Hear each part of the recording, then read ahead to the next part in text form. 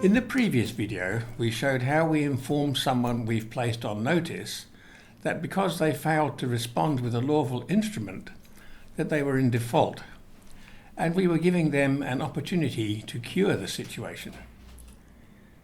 In practice, it's impossible for those thus served to prove that Article 61 is not in effect, or that any of the other evidence is not factual. Normally, the response is either non-existent or minimal. If there is an attempt to rebut our points, it is invariably wrong in law or made from a position of ignorance by someone who has been ordered to try the bluff again. We always proceed through the complete series of notices because they comprise incontrovertible evidence if there ever were to be a court case. To any such attempted counter to our claims, however feeble, we always include a rebuttal with our next notice. This is because any unrebutted claims stand as truth in law.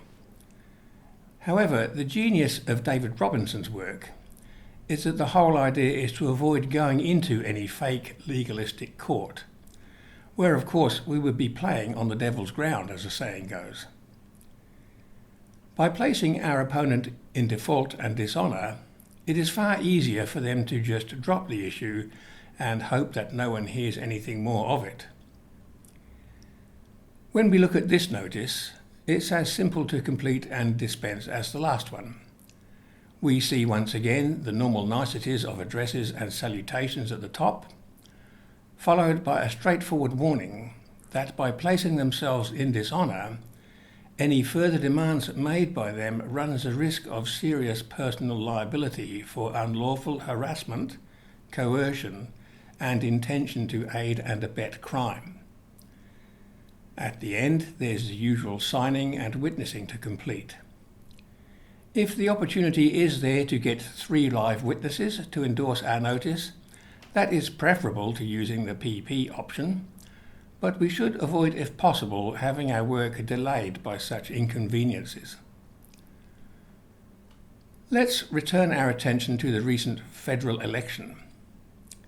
Doubtless, many hundreds of thousands of Australian voters were disappointed by the outcome, which instead of resulting in a hoped-for swag of freedom-loving independence in the Parliament, has produced a clearly indicated desire for even more stringency and restriction of liberties.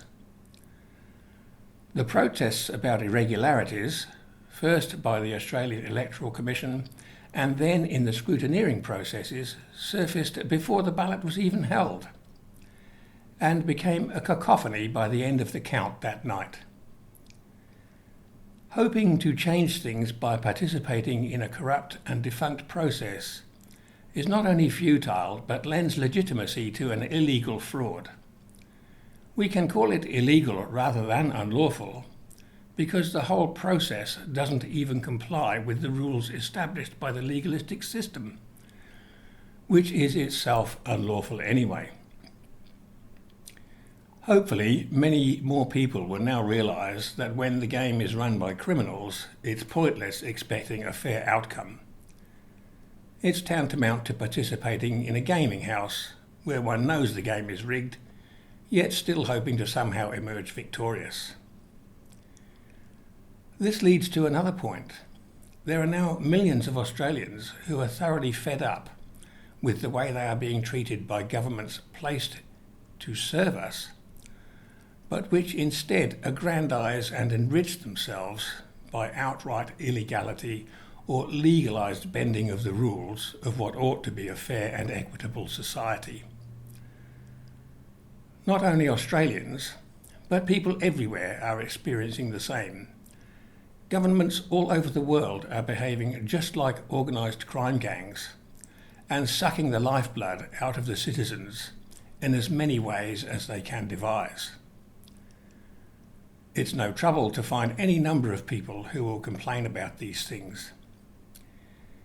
Yet here in the British Commonwealth, we have a gilt-edged card to play in this rigged game.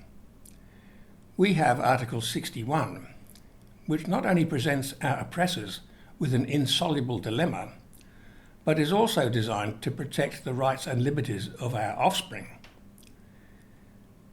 By using Article 61, we can show our children and grandchildren that we think enough of them to fight for their freedom, and that there is a supreme provision of protection, unavailable to most humans who have ever lived, lying on the table before us, needing only to be picked up and played.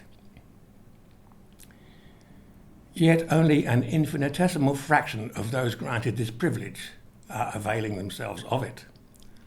The question must be asked, why? The first answer, of course, is that this knowledge has been deliberately withheld from public view. It's surprising that the invocation of Article 61 even became public knowledge at all. And naturally, there have been numerous and ongoing attempts to decry its enactment or validity, particularly by those standing to benefit from the legalese system. Those who therefore have no knowledge have some excuse, because they have been fraudulently deceived as to the true nature of the existing law. Nevertheless, there are a growing number who have become informed, who still procrastinate their signing of the oath and informing their local constabulary, council or court of their lawful standing. It is ironic that people who complain volubly about government lack of lawfulness or outright illegality themselves deliberately decline to obey this law, which is the highest law of the land, and which also carries a royal command to do so. In so declining, they are complicit in the breaking of the coronation oath, as is the monarch. For the coronation oath is a pact between the monarch, who swears to protect the rights of the individual citizen, and that citizen who swears allegiance to the monarch if said protection is provided. Article 61 is the clause that enables the individual to hold the monarch to account for breaches of that pact.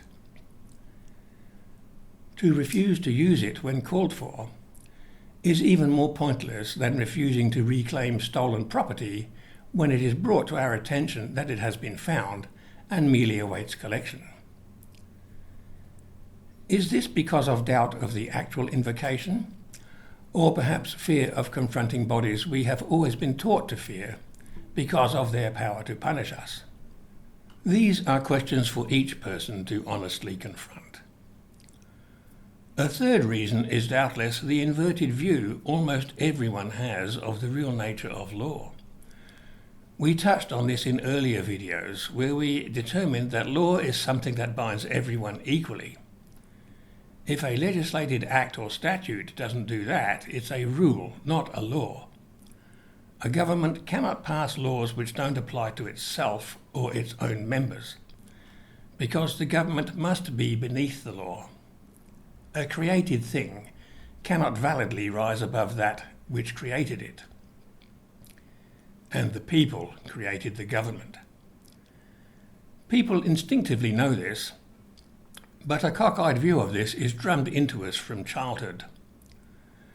Once someone grasps the principle that the government can be lawfully stymied from its crimes, and can then only either proceed by an open transition to naked violence or quiet submission to the rule of law, this inversion disappears. It's like those computer-generated pictures of a few decades ago, which looked like mere squiggles of colour, until one learned to focus one's vision at a certain point beyond the surface of the scene, when suddenly a full three-dimensional picture sprang into view. Another much earlier example can be found in the classic children's book, Alice in Wonderland.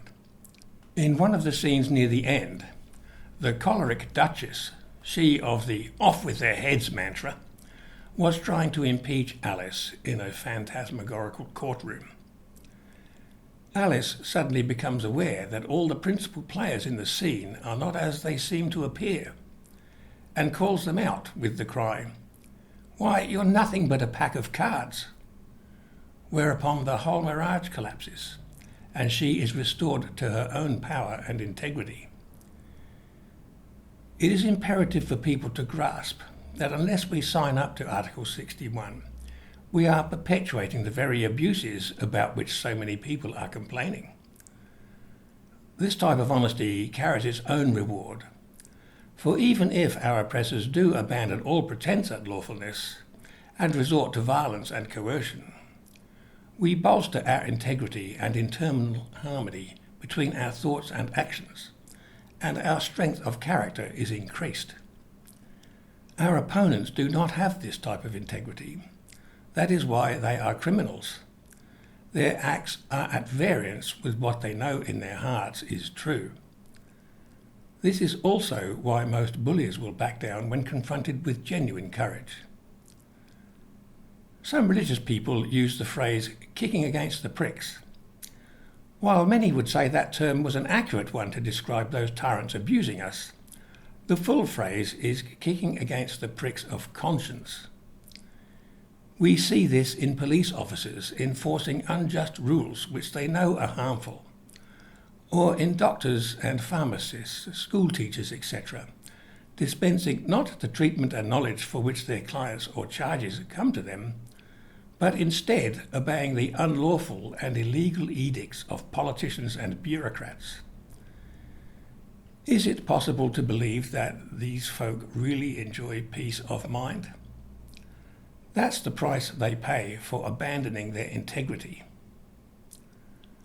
We must each ensure that our own integrity is strengthened by courage and determination, rather than diminished by cowardice or procrastination.